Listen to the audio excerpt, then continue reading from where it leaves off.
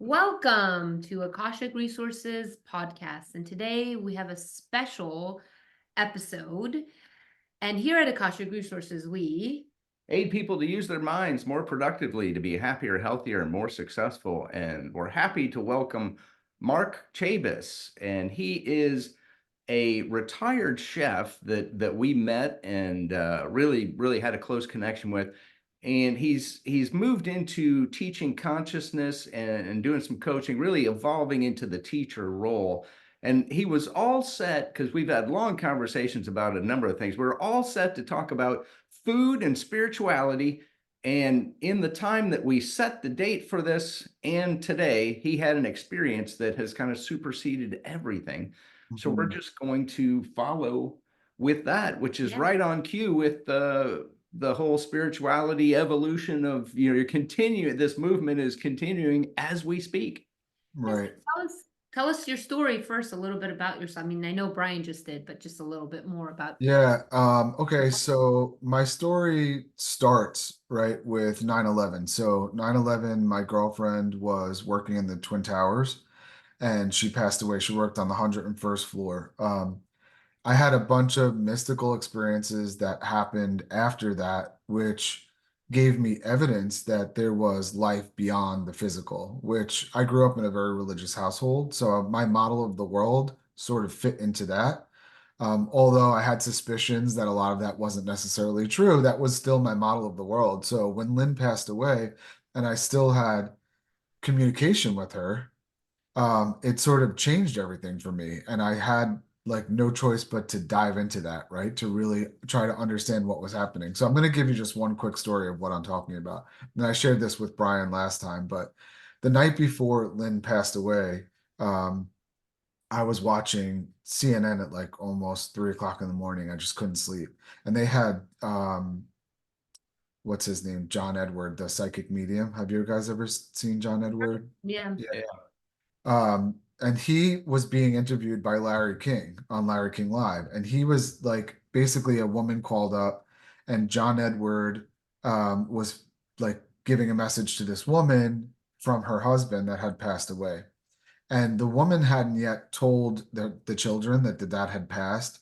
So the validating part or the evidential part of this reading was that you were walking through a park with the kids and a feather came down and you took it as a sign that it was time to tell the children, right? And so she's sobbing hysterically, like she's really upset. And I'm getting all choked up and emotional, like watching this whole thing. And I watched the whole rest of the thing play out, but I'm thinking to myself, like, this is incredible. And that must mean that there's like life, there really is life after death. And I wonder who I could get to commit to me, when they pass to give me some kind of a sign like that. And I'm going through all like the people, like my grandparents, who do I know that's like closer, and Right. who can make this agreement with. So I fell asleep, at some point, and then the next morning, it was, early in the morning. I was living at my parents' house at the time in the basement, and my mom came flying down the stairs, and she's like, Lynn's building," and I'm not going to go through all the details of that, but obviously, as you know, and anyone that's listening knows, it was a global tragedy. Everybody was tuned into it for the most part. At some point, I had, gone from downstairs to upstairs. And at first, I was like, okay, she probably didn't get to work yet, or maybe she wasn't in the building. I felt very optimistic, not really too worried. But when I went upstairs to the second floor and I had the TV on, and this is now the second building gets hit, now I'm starting to panic. Like now I'm starting to get really worried, and I can't get in touch with her at all. Because the phones went down right away, like in her job, like the landlines and also her cell phone. So I couldn't get in touch with her. I was communicating with her parents. They couldn't get in touch with her. And now I'm getting like really panicky because now it's starting to feel like the world is coming to an end. Like, what is happening? How is this happening in New York City? And I'm sort of pacing back and forth in the living room. And before you know it, I have this feeling. And the best way I could describe it is like when you're at a party or you're in a room where there's a lot of people and you feel like someone's looking at you and you look over and someone is. So I had that feeling and I turn around and my parents had two glass doors that led out to the porch. And I see a white feather and Uh, it's sort of dancing back and forth. And then I go over, I open the door, the feather falls to the floor. And that was really the moment where I knew, like, oh, there could never be any clearer of a sign Yeah. that this is from her and that she's not here. So I took the feather, I put it in a jar, didn't want to believe, was still super hopeful. They had closed the city. So we went, in a couple of days later to search for her for like basically every single day from morning till night. We were searching for her because there were all of these stories that people were sort of scattered all over the city and like they kept finding pockets of people. Most of the stories weren't true, but there was a lot of hearsay. So we were plastering those signs up everywhere, like with her picture and her description and everything. And that went on. And basically this was a long journey. This went on for weeks and then months and then years. Not that I was looking for her that whole time, but that whole journey of growth. And I suffered from anxiety and depression and panic attacks. But what got me through it was the fact that she was communicating with me. And so it sort of was an invitation to this spiritual aspect of myself that I didn't know existed. Yeah, I kind of knew existed, but my belief system didn't support that, right? So it was like it was there, but it wasn't perpetuate, like it wasn't you know, like no one fed into it. It was like if I ever brought any of that up, it was like, oh, you don't know what you're talking about, and what you experience has to fit within these rigid guidelines. So I kind of just put it to the side. But anyway, that's why I wrote my book, Remembering Your Spirit. And that book is about my journey through grief and overcoming the anxiety and the panic and everything, which lasted for, 7 or 8 years until I met my wife that I'm married to till today. And we Yeah. have 4 kids. When you shared your story, what an incredible story. I don't think I've actually known anyone that has been directly affected by 9/11 until now. Mhm. And, I just could imagine what that would be like for you. But I don't know why this word kept on coming in my mind of tragedy can lead to destiny. Because like what you're doing in the world, if that hadn't happened, may or may not have activated your spirit and your dharma and your awakening basically got activated through your trauma and the tragedy that you face, which is Right. No, you're absolutely right. That's perfectly said. And in November of that year, um, there was an article in the newspaper that said, learn how to communicate with your past loved ones. And I had all of these like crazy experiences with Lynn, which I could tell you a bunch more, but it's all in the book. But basically one of the stories was that so I saw this ad in the paper that said how to communicate with your past loved ones. And I was having all these signs, but there was no like direct one-on-one conversation at this point. So this spoke to me, right? So it stuck out. And I called up my friend Joe, who was the only one I knew that was into this stuff. And I was like, dude, will you come with me and just see I feel like I need to learn how to do this? And he's like, yeah, yeah. So we went in there. And we went in and it was in New York City, I forget, some hotel or something. And there was a couple hundred people in the audience. And the woman was teaching, but she was going around and like giving people readings like, oh, did you take care of someone? Did you take care of cats? Because I see cat spirits all around you. And the woman's like, yes, I ran a cat rescue and blah blah blah. And then there was a guy that was right in front of me, was like, did you lose your lover? And because he's here to tell you. And he's like, yes. So like there was all this like validation that she was connecting to all these people. And at one point there was a break and we were all let out. And then we got called back in and she said, does anyone have any questions? And I had a question. And the question was that I had understood at this point from just all like everything I was absorbing, like from books, conversations, anything I could get my hands on, that when we die, we still are like learning and accomplishing things, right? Even though we're not in the physical body. So, but I also understood that if we think about our past loved ones, that they can come right to you. So I had this, like, I'm thinking about her all the time. Like maybe I'm preventing her from doing what she needs to do. It's like calling someone when they have to be at work or something like that. And so I was like, I needed to know that just to kind of put myself at ease. And I'm all the way in the back, and I have my hand raised with a sea of other hands, and she like zeroes right into me, and she's like, who did you lose? And I'm like, oh, I lost someone. She's like, yes, I know, she's standing right behind you, and she's here to tell you what her last moments on earth were like, because she's been trying to communicate a message to you. She's been trying to talk to you since that first plane hit. And she like apologized to the audience. She's like, listen, I know you were here for this and that, and da, da, da," like to teach people how to go through it step by step. But there's a young woman here who tragically passed away, who's been trying to get this message to him, and I need to be the person to make it happen.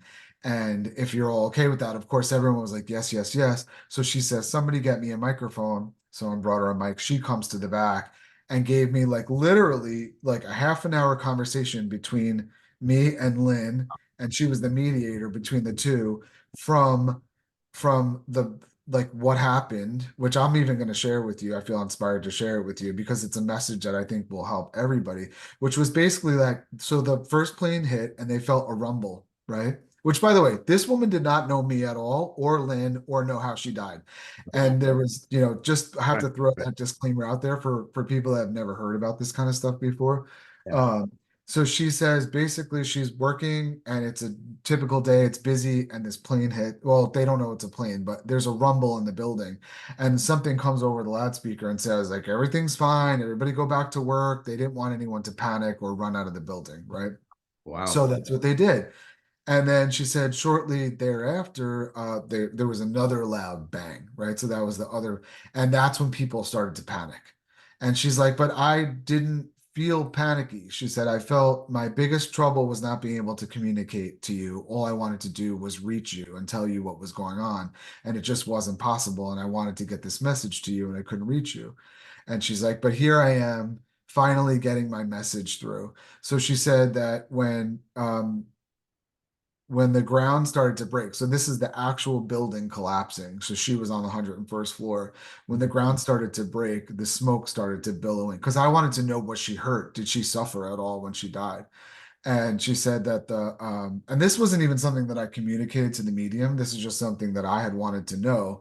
But this was the message that was coming through this woman from Lynn. And she said the ground started to give out, the smoke starts to come up. And she said, I started to choke on the smoke. But that's not, she goes, and then before you know it, I saw angels everywhere, like everywhere I looked. And they carried us, me and all the people that I was around in that room, they carried us to the other side. And she said, I didn't suffer at all. She said it was the most beautiful experience of my entire life. And she said, and the pain wasn't meant for me. The pain was meant for you. You were the one that was supposed to experience that pain.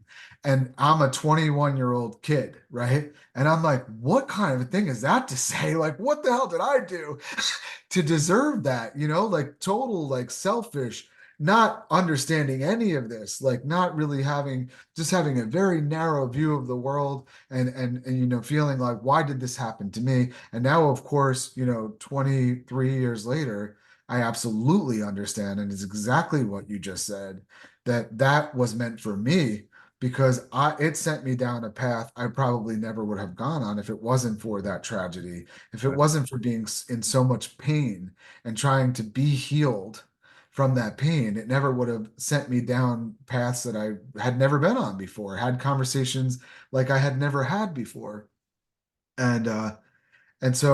And by the way, I want to throw this in there too. I actually had a friend who worked in the building and validated everything that, like, the messages that came through on the loudspeaker were true, how they were trying to keep everybody from, basically like going into the staircase all at the same time. They were going to try and safely get everybody out, but nobody knew that the buildings were going to collapse. So I want to give you a chance to respond because there's much more to say, but Well, I think I feel really moved by it. It validates for me a lot of what we've studied about past lives and life after death and life before death and the connection of the spiritual and that the cycles of souls continue, life continues, there's a continuum of existence, and there's always a spiritual reason for the physical things that happen in our lives. And that's one of the things we try to help people learn and even help ourselves learn is when Yeah. things are Yeah. really hard and difficult, remembering there's a reason for it and there's a spiritual learning. And it's not spiritual bypassing. And sometimes people get into that, well, you're bypassing. Well, yes, but the truth is there is a spiritual lesson for everything. Yeah. And it right. can still feel the pain and know that you're in this physical body suffering from the loss. And to lose someone like that is like one of the hardest ways. Yeah. If you have an elderly parent that's sick and they pass, it's very difficult, but you understand it's a cycle of life. But you have a young woman that has her whole life. You might have been imagining a life of babies and your whole life with her. Your whole life was literally just taken away from you within a moment of time. And then for her to come back and say, actually, the pain was for It was the you. best experience I've had my whole like life. I did this for you, kind of, like I think about how pain is a teacher. It is there to teach us, and like you persevered from that. And that's like anyone that's listening is like, if you're in pain, if you're suffering, and if you don't know the reason, just at least if you have enough strength to ask, what's the purpose? What's the lesson? How can I open up my heart up to that lesson?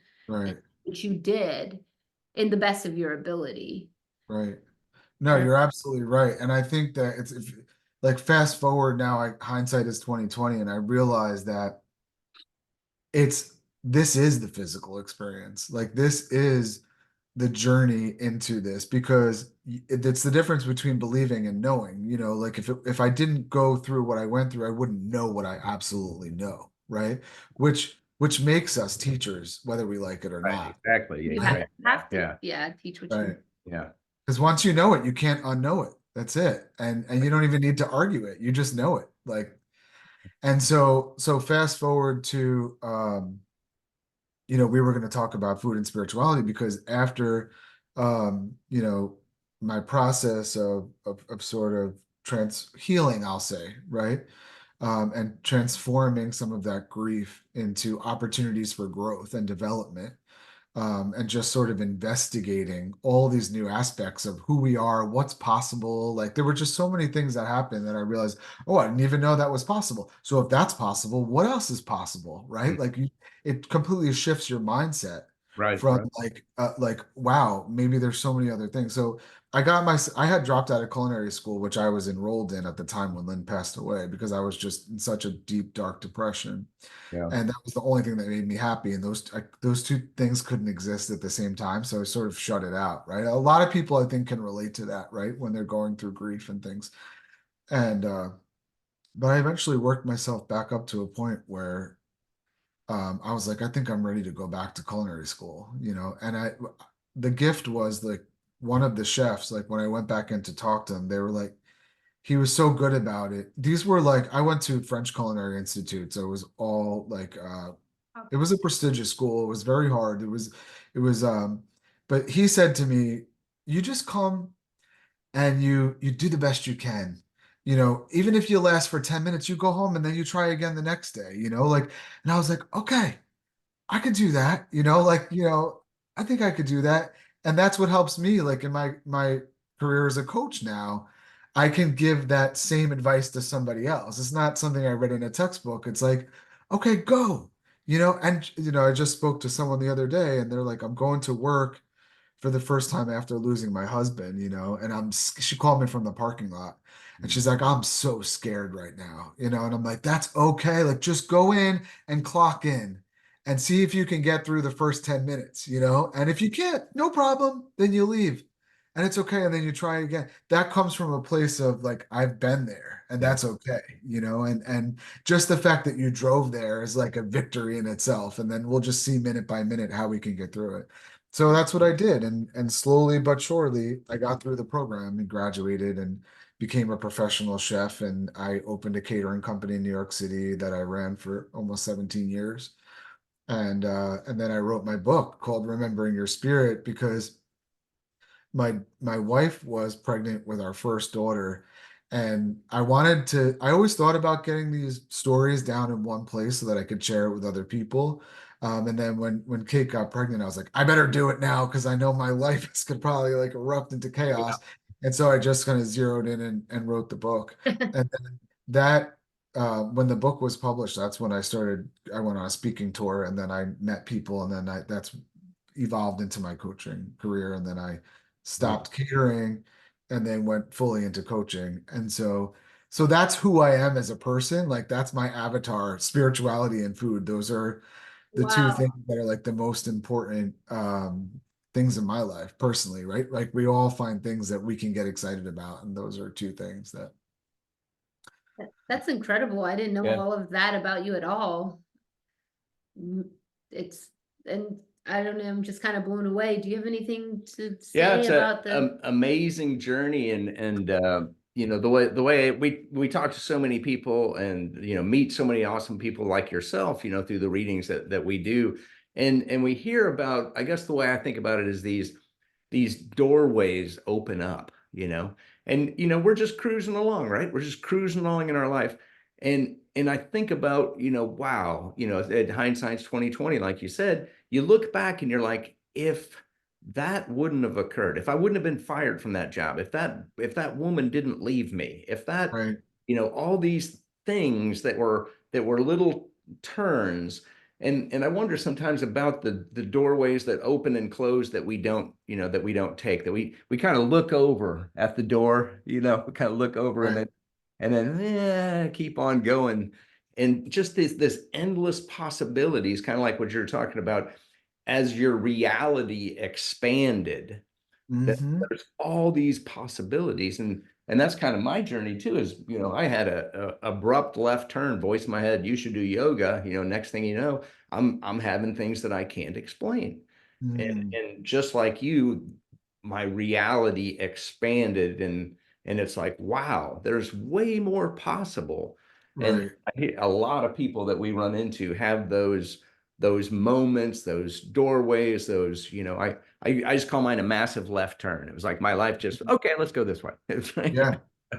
but yeah, Yeah. that's pretty awesome. They, yeah, and they are such, they really are gifts. Like at the time, sometimes it's hard to realize that it is. Once Right. you've gone through it enough times, you're like the gig is up. Like I know, like Yeah. you know everything is just an opportunity for growth, and sometimes we're too afraid to choose things, right? So life just chooses for us, and then we Right. just have to acclimate to it if we're willing to do the work. Because yes, there's we have to show up and be present and make those choices, because I could have just, used drugs and alcohol or whatever just to numb the pain, because it was pain, right? Right. Like, and it showed up in my life, by the way, as physical pain, like, and I went to every doctor and specialist in New York, New Jersey, and Connecticut, trying to figure out what was physically wrong with me. Mm. And it wasn't until then I got turned on to Edgar Casey, Yeah. and like his work. Obviously, he wasn't alive at this time, but I was like, oh wow, like there's this, like, just the idea that somebody could go into trance and Mm. and read the Akashic records and give people exactly what they needed to hear to heal them. Like it's like a personal prescription. It's not a one size fits all. It was like, it seemed so personal, and he had done this so many times. And I was like, oh, I wish I could find somebody that did that, like that's, and sure enough, like, be careful what you ask for. A couple days later, I see in the paper, in the back of the paper, there's a little ad that said Edgar Casey style readings. And so I called up this number, and there was this guy. He's like in his late 70s, and we had this conversation. And I said, I just need some guidance. And he told me how it goes. He was a hypnotherapist, and he was playing with consciousness, and he eventually was able to communicate with what he called the tutelage, which was a group of angels, which, broader awareness that could bring this information through that was on a personal level. So I went in, I made the meeting with him. I went in, and that changed the entire trajectory of my life, because I learned why I was really here, right? And that it was all sort of predestined, with Lynn passing away and me having to go through this, but also dealing with the fact that I was having very real physical pain in my life, right? Mhm. And, just hearing from this source, which I really believed in, to say, like, this is just a physical manifestation of what emotionally is not okay with you, and you're physically totally fine. Right. And when you and I'm going to teach you hands-on healing, and I'm going to teach you how to meditate, and what you're feeling is going to go away, and just know that, like, everything.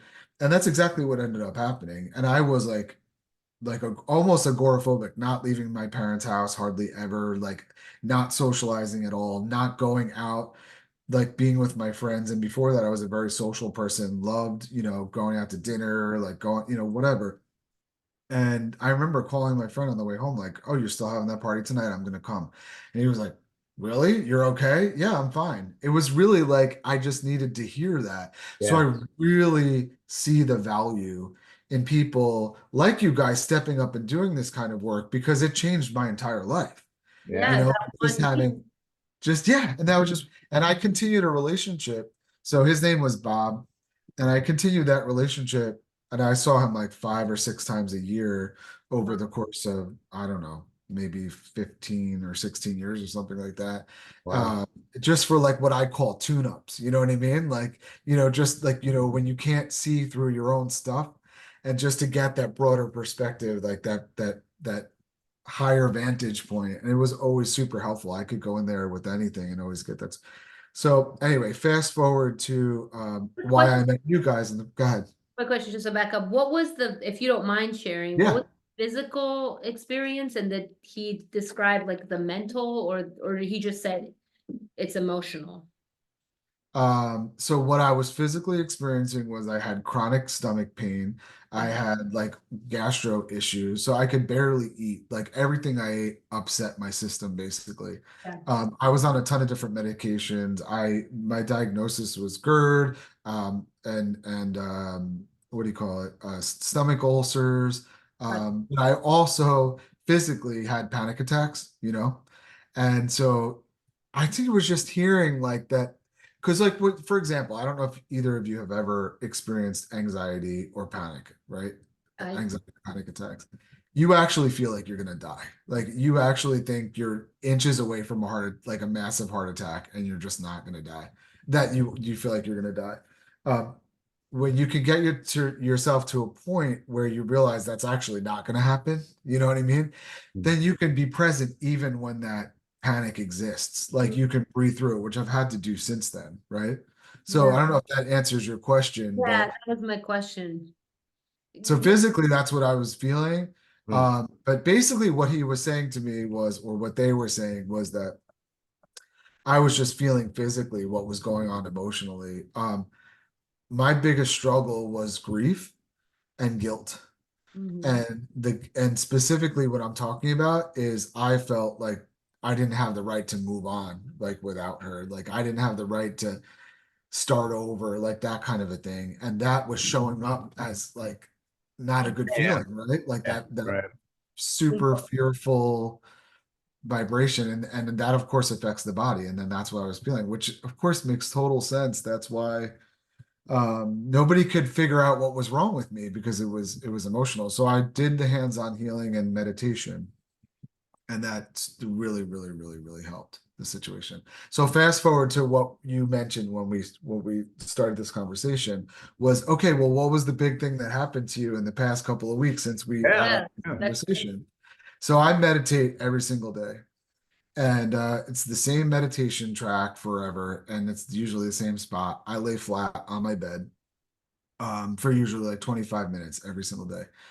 And so I'm meditating and it's the same process, and my mind has all these thoughts, and all these thoughts are going back and forth, and it's part of my process, right? I just allow for that to happen, and then they slow down a little bit. And so I'm having my thoughts, and I guess I'm sort of shifting in and out of consciousness, right? You know that feeling. I know both of you know that feeling. Next thing you know, I'm looking down at my body. And I don't even realize at first that it's my body. I remember my first thought was somebody's in my bed. Like, who is that? You yeah. know? And Yeah. then as I'm looking more closely, I'm like, that's me. And Mm. then I'm like, wait a second, how is that possible?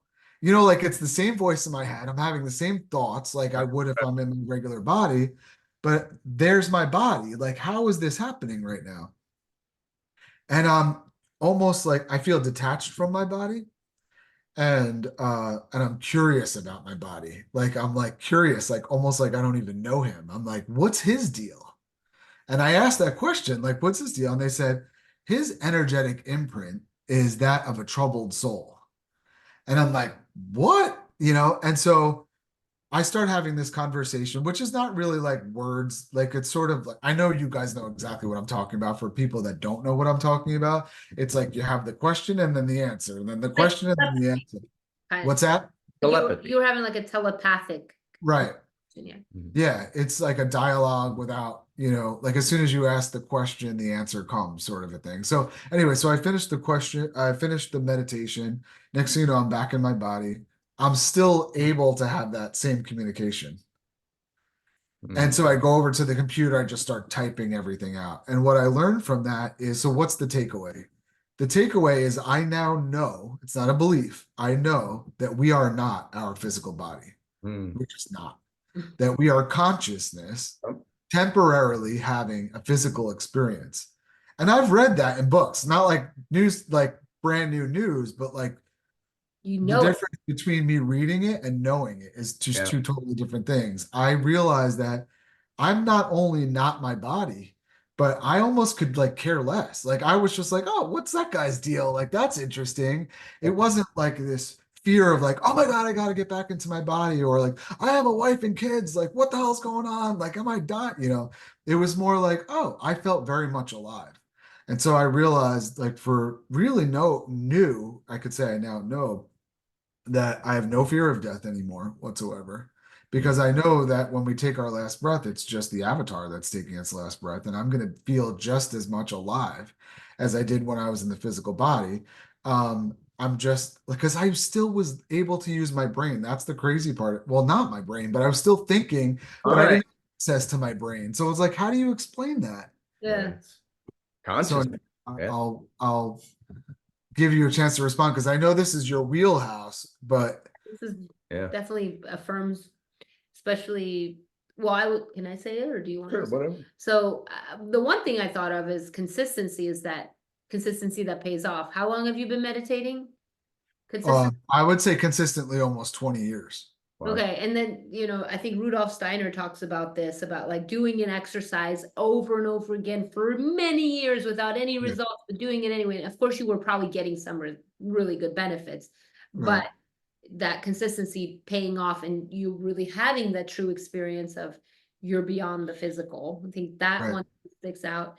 And then the other thing that sticks out to me is the recognition that you're more than a physical body, and that objectivity, who is the you that you think you are? Right. Who is that you really? I think when we're in our bodies and we identify with the body, which we should, I take care of our bodies, and there's a lot of embodiment work now, and like be in your body and don't try to leave your body, be in it. Right. Yes, and also you're more than it. You're more than your identity. You're more than Right. I'm Bahar, and I know for me, a lot of my suffering comes from identifying so closely to Golbahar and her personality and her difficulties and her challenges and the Right. deficiencies, or am I good enough? Like, but if I can look at it as like, that's just a, not that it's a mirage, but it's just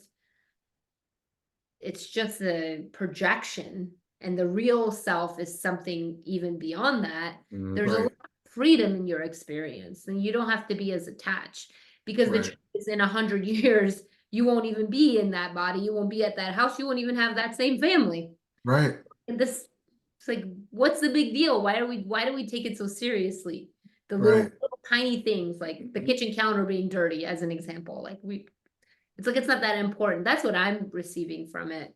Yeah, I agree. And I think it is that seriousness that brings suffering.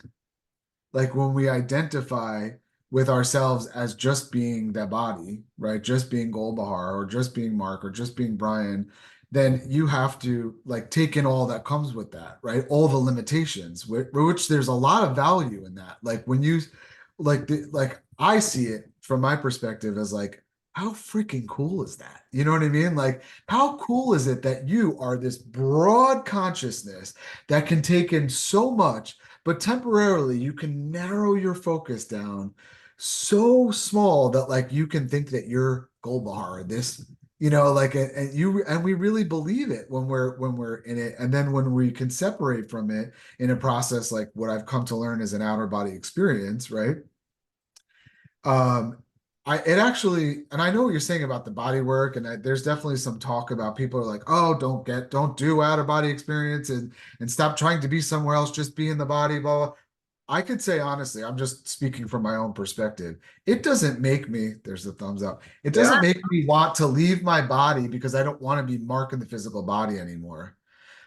I'm curious. I'm naturally a curious person, and now I know that something exists that I didn't know existed. So of course, you can't unring that bell, right? So now I'm like every day like trying to have another OBE, but not because I don't like my life here. It's just because it's another opportunity for me to explore aspects of my consciousness that I'm not aware of when I'm very like narrowly focused as Mark. That's why I'm drawn to you guys and the work that you do and people that do the work like you do, because it's an opportunity for you to access that stuff.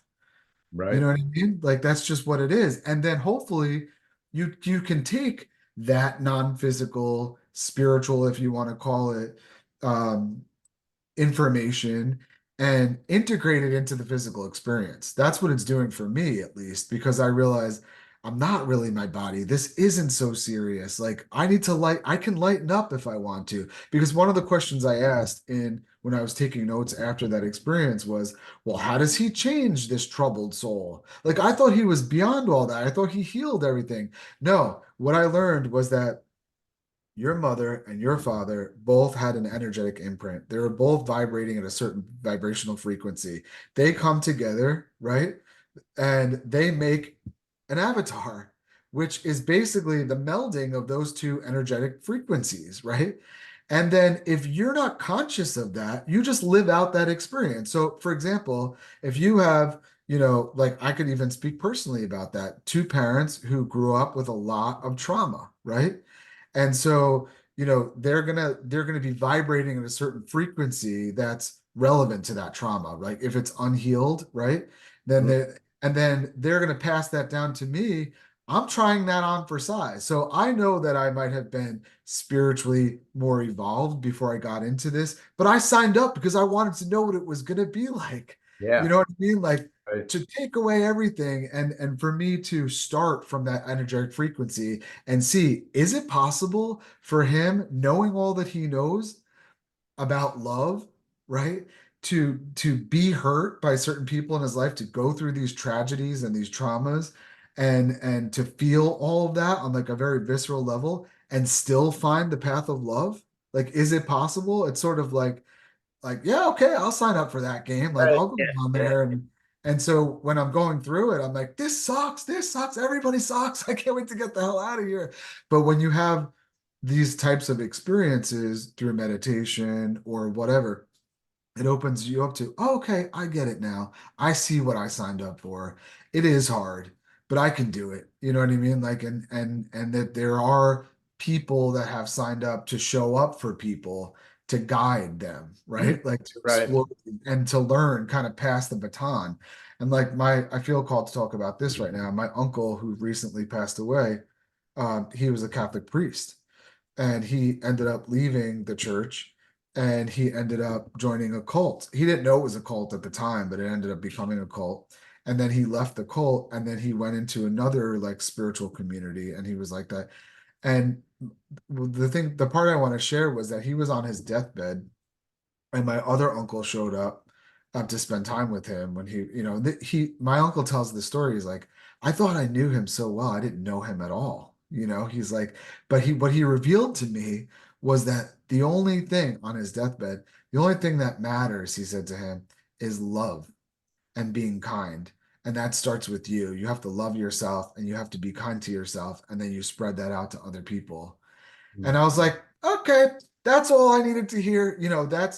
And so now we know what we're here to do, right? And Mhm. so that's simple. That's not complicated at all. The hard part is how do I make that work in between, paying my taxes and my mortgage and raising my children and dealing with neighbors and all that comes with all of that. That's ultimately the challenge. Yeah. Yeah. Yeah.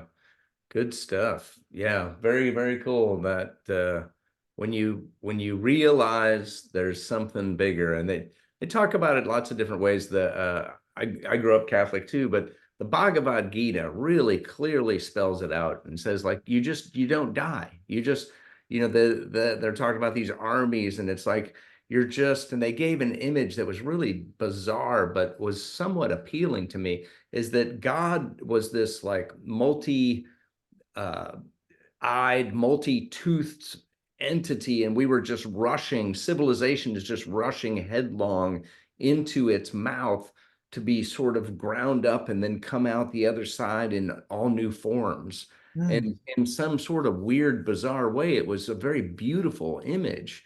And that there is no death. It just continues. And I know I had a similar experience as you, where it was like, who's that person? But the first one I had was I heard snoring.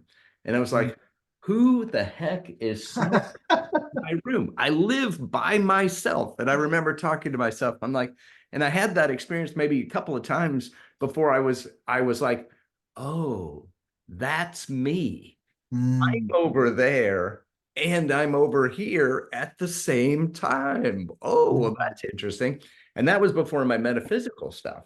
mm, Then we started into the astral projection, and that was what really sealed the deal for me, was, having these out of body experiences to, like you said, I'm all of me is here. I'm right, not lacking anything right here right, except for a physical body, but I don't even feel like I'm lacking that, because I have form. I feel like I can do whatever I want.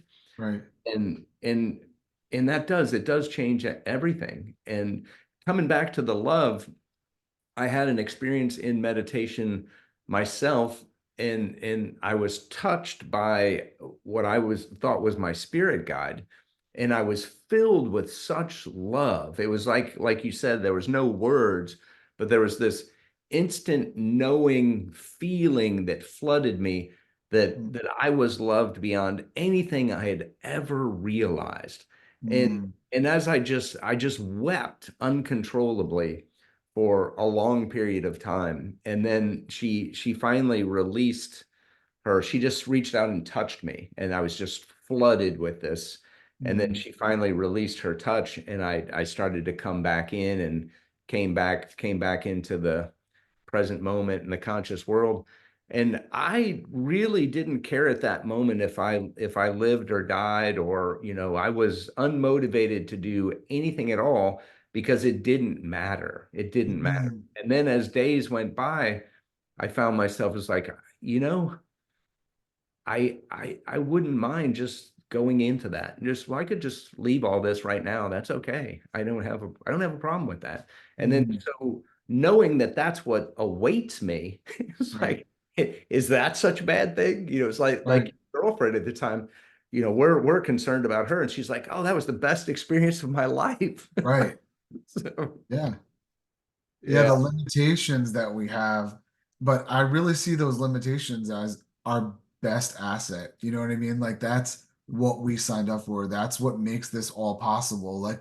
I've gone through my most of my life. I think I thought my theme of life was feeling trapped and like born into the wrong family, went to the wrong schools, stuck in the wrong church. Like I always felt like in the wrong relationships, like always feeling I would always find myself in a situation where it's like I felt like I couldn't get out of it, you know? And I'm like, well, now I look at it and go, well, yeah, duh. That's what this whole thing is. It's being put into these restrictive, constricted, situations because that's what causes us to learn and to grow and to evolve, right? It's like we have to have this limitation. We Right, have to, right.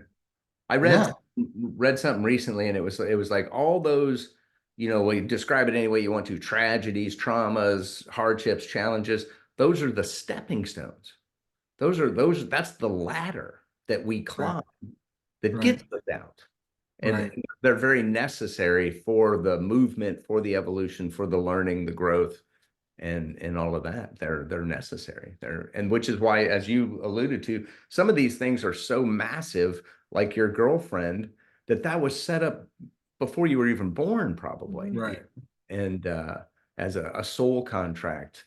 And as those, we talked about doorways, as those opportunities, as those rungs in the ladder that we can, pull ourselves up. And right. Yeah, no, Yeah, and I know that for a fact now. That's like another one of those things that I know that, and the more I think about it, the more I realize that everything significant that happens in my life, I had no control over it whatsoever. You know what I mean? Like it was Mm. things I've tried to run away from, they run faster than me. You know what I mean? Like Yeah. it strong. always finds me eventually, right? And it was the same thing with like we dated in college and then we broke up because I was at the time like 21-year-old, like I said, selfish, ignorant, idiot, like that didn't know how to treat a girl and all that stuff. And right. And we broke up. And then I read through a series of weird events. I ended up reading Conversations with God, Neil Donald Walsh. Right. And it was like such a game changer for me. And it made me feel so okay with who I was because I only knew like my version of the world through, what I was raised in, like my belief system. And then here was this like book of knowledge saying, or maybe it could be like this. And I was like, wow, well, that's interesting because that resonates with me. And it made me feel good. Like it felt good in my soul. And it Right. ended up being the reason why I reached out to her. And I was like, hey, like I was a jerk. Would you be willing to like see me again? And she was single at the time. I was like, yeah, like why don't she lived upstate, I was downstate. And she's like, why don't I come down and see, we'll just go out to dinner and see and that we had an amazing night and then it became a weekend and then we like things just moved very quickly after that. Mm. uh yeah, I see how it was all designed, right? Like Yeah. Yeah. very clear. One story I did want to share with you, which I think you guys will find interesting, was that I've been really trying to understand this. As much as I'm open to all of this stuff, I'm super skeptical and I need to understand, I don't know why, scientifically what's going on. So I'm doing Yeah. tons of research to figure out what the heck is wrong with me. And I came across this guy that was, he ran a lab and he studied outer body experiences and consciousness like since the 70s. And he was a very wealthy guy in Manhattan that had I think it was a media company, and he had a spontaneous outer body experience, like just what we're talking about. And then they kind of started happening a little bit more, and he went to a psychiatrist to see what was wrong with him. Like this is the 70s, and he's like, maybe I have a brain tumor or something. Yeah. Like Yeah. he just wanted to make sure he was okay. So the guy, so his happened to be his friend, but it was a psychiatrist, and he said to him, you're not crazy. There's nothing wrong with you. I just don't know anything about what you're talking about. But there are some people that do. And he's like, great. He's like, where are they? He's like, they're in India. He's like, okay, great. He's like, what? He's like, well, where do I go? He says, you got to go to this ashram, and this is what these people, they just meditate all day. They have these out of body experiences. They're very comfortable. They're very familiar with it. He's like, okay. He's like, just go there, practice with them, and you'll. Well, how long will it take me? He goes, 10 or 20 years. He's like, what the hell do you mean? I can't do that. I have a wife. I have kids. I have a business. I can't just go and like meditate.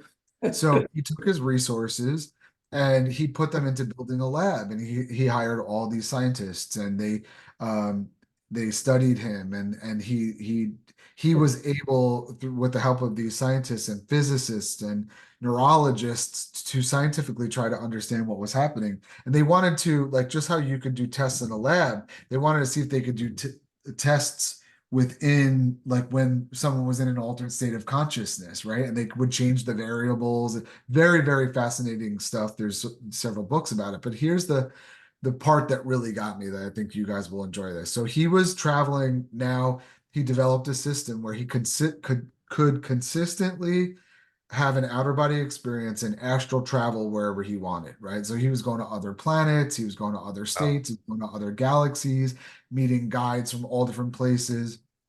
And this is like a very, you know, uh, Practical. grounded, down to earth person who, like, he wasn't just, he was able to have these experiences and he was sharing them with other people. They were able to, like, anyway, I won't go too deep into it. I just want to share this one story.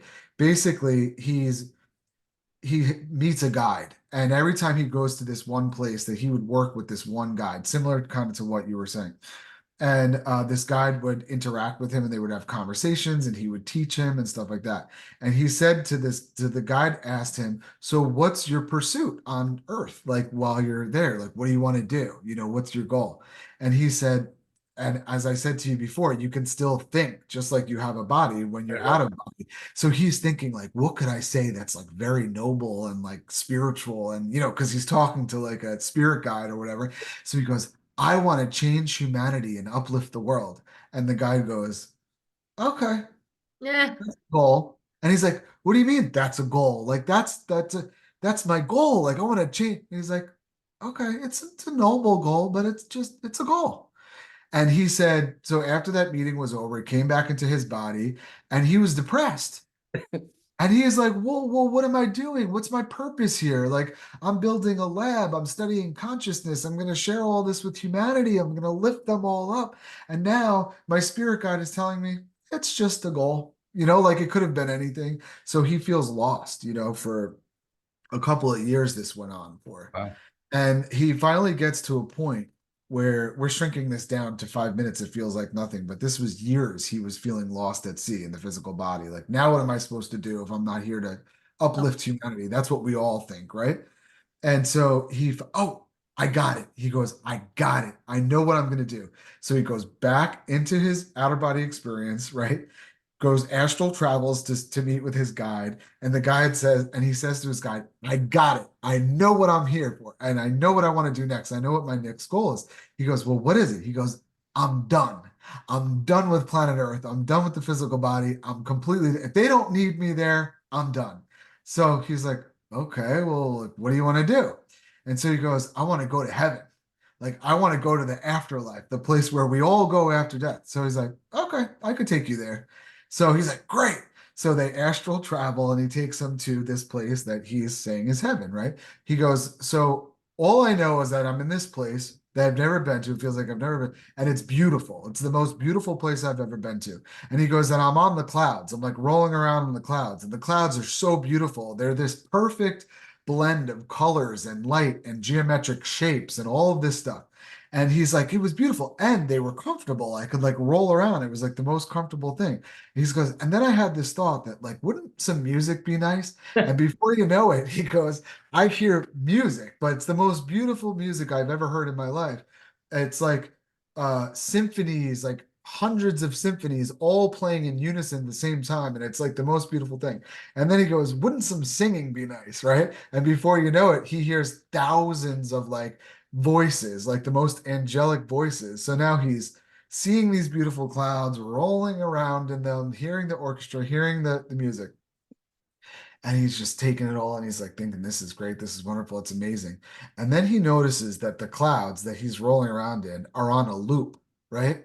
So like he's like, it's the same cloud, like over and over and over again. Like, does it change at all? And they're like, no, this is the most beautiful cloud you'll ever see. Like, this is this is the it. most amazing cloud you could ever possibly formulate. This is it. Enjoy it. And he's like, and he notices the music is on a loop. And he's, well, when does it change? Like, when does like the orchestra change or they do something? And he goes, no, they don't. This is the most beautiful sounding music you could ever. And he's like, now he's like plagued, like, but where's like the change up, like the variation, the contrast? And he's like, no, he's like, no, and he's like, so he starts to hear kids playing. He starts hearing like kids' voices. He's like, oh, great. I love kids, like I'll go and hang out with these kids. So he goes down and the kids are playing these games and he's watching them for a little bit and having a great time and they're playing the game. And he notices something odd, like they're playing the same game over and over and over again. And they're getting like equally excited every time they play the same game with the same results over and over. And he goes like, oh, he goes, excuse me. Like he gets the kid's attention. He's like, excuse me. I have to tell you guys, like, I know these games they play on planet Earth and they're so much fun. And they're like, we don't want to play those games. This is the game that we play. He's like, but I have a new game. And he's like, we don't want a new game. This is the best game that you could play with the best possible results. And he's like, well, that's it. So he goes like to his guide, I don't understand this. He goes, yeah. So the guide says, well, yeah, why do you think you left in the first place? Ah, Oh, You didn't, this is not where you end up. Like when you're such a good person down on planet Earth, you started here. oh, You chose to go down there and for the fights, the contrast, The Mhm. trials, the tribulations, the overwhelm, the emotion, all of it. That's the beauty. That's what you really and once I heard that story, like the vibration was going through my body, and I realized like, oh man, like all the stuff that we're trying to escape so hard while we're here and thinking like, oh, if I just get through it, like if I just put in my time, if I just pretend like I'm liking it, if I'm just nice to those people that I don't want to be nice to, like eventually we get rewarded by this place. And I realized this is the reward. Like just like Mhm. losing Lynn in that horrible tragedy, I now know was a gift. That was a gift, right? That sounds sick to say when you think about it, but it was a gift because it was the door, like you said, Brian. Yeah. That was a doorway for me that I would have never walked through if it wasn't for me going through that tragedy, right? Yeah. So this whole having that OBE and thinking about how we're just consciousness temporarily having a physical experience and then researching it, trying to understand it, and then hearing that story and realizing that that is the beauty of life, like it is all of this, like all like the good sounds and the Right. bad sounds, the Yeah. nice people and the not so nice people. Like that is what we signed up for. Yeah. That's why we're here. And it really puts me at such inner peace because I realize like even a bad day is a good day. Like I know that sounds weird, but Right. you know Right. what I'm Right. saying?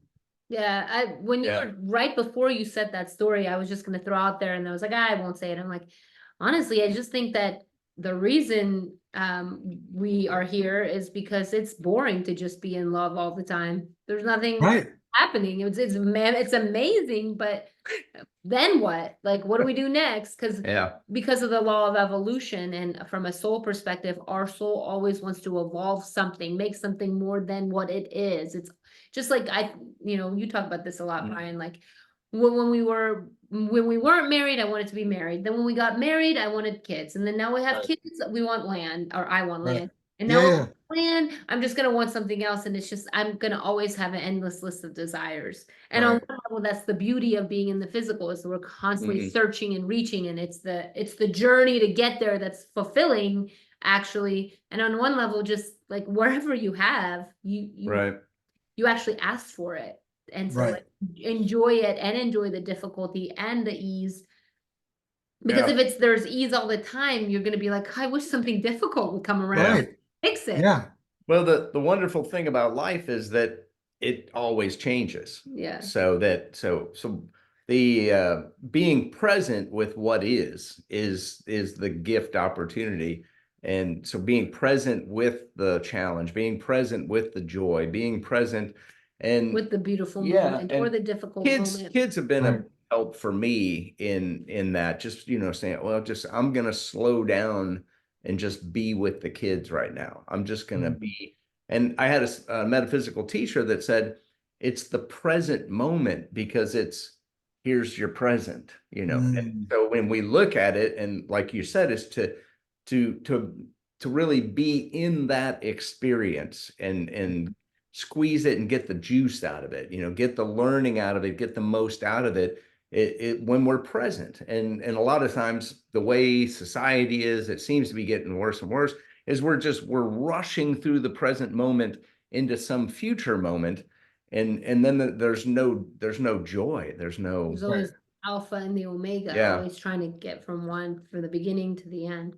Right. And you guys know from the work that you do and all the study that you've studied that this is not our only trip here, So like, is it really necessary And to cram it all into one vacation? You know what I mean? Like we're gonna come here. We've been here many times before. We're gonna, like we were rich in one life, we were poor in one life. Like we were athletic and we were not at like, we're yeah, we're we're here to experience all aspects of it and like and it's just to me it's just so freaking cool, you know what I mean, like when you think about it, because it will never be as rich as it is. Like no one can ever experience life as you, Brian, or you, Galbahar. Like no one can ever, even if they spent every waking moment with you, they still wouldn't be able to ever see life the way that you see. To me, I find that to be so cool, like that's so unique, and it really takes me from a place of I remember a time in my life where I was like overwhelmed with depression, and all I did was want to not be here.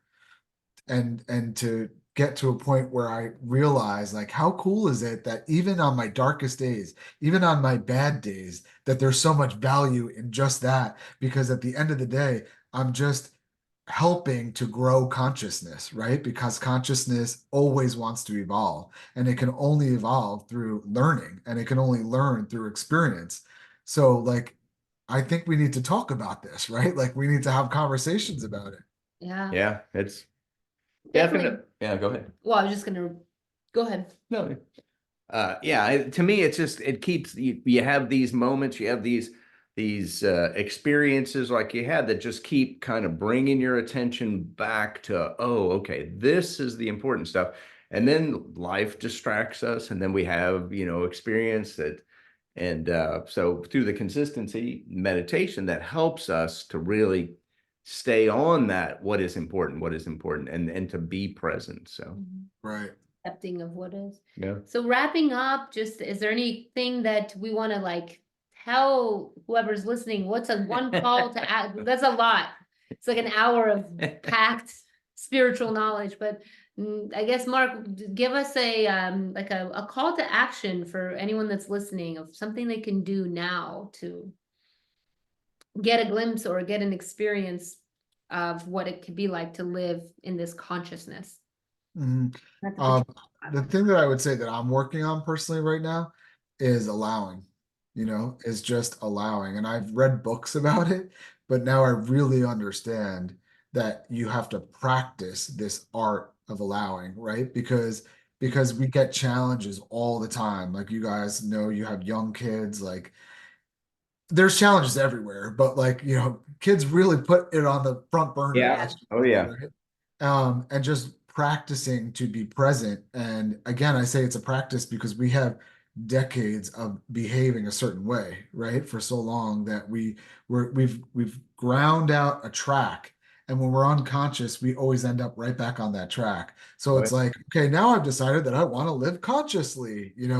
And then all of a sudden your kids come home from in a bad mood at school, and you get wrapped up into this whole thing. And it's like, okay, well, where can I really be present and allow? Like, even when you have like a grumpy teenager, that, like, can I allow for her to be grumpy without having to go in there and, like, manipulate, her energy or her thoughts to, like, does she really need to be happy all the time? Does she really, like, for me? You know what I mean? Like, can I just allow, like, you guys, like, and even when my kids, I wish I knew some of this stuff even 10 years ago. Like, my oldest kid is 14, my youngest kid is 8. And I've gone through a huge growth, like, learning curve since they were little. But I wish I realized that then. I really do. But I also want to say, disclaimer, I don't hold my, like, I think that life is an evolution. Like, this is, Right. like, it didn't start with me and it won't end with me. You know what I mean? Like, it right. started Oh yeah. generations ago, and I am just giving myself credit for heading things in the right direction. And I know I made a ton of mistakes, and I'll continue to, but it's always getting a little bit better, right? Yeah. The law of consistency, just staying Yeah. consistent. The grand Right, ultimate principle. A journey of 1,000 miles starts with a single step. right, right. So that's it. That was beautiful. And Cool. thank you for joining. We'll have to have Yeah. more and Great story. Great story. podcasts and different topics.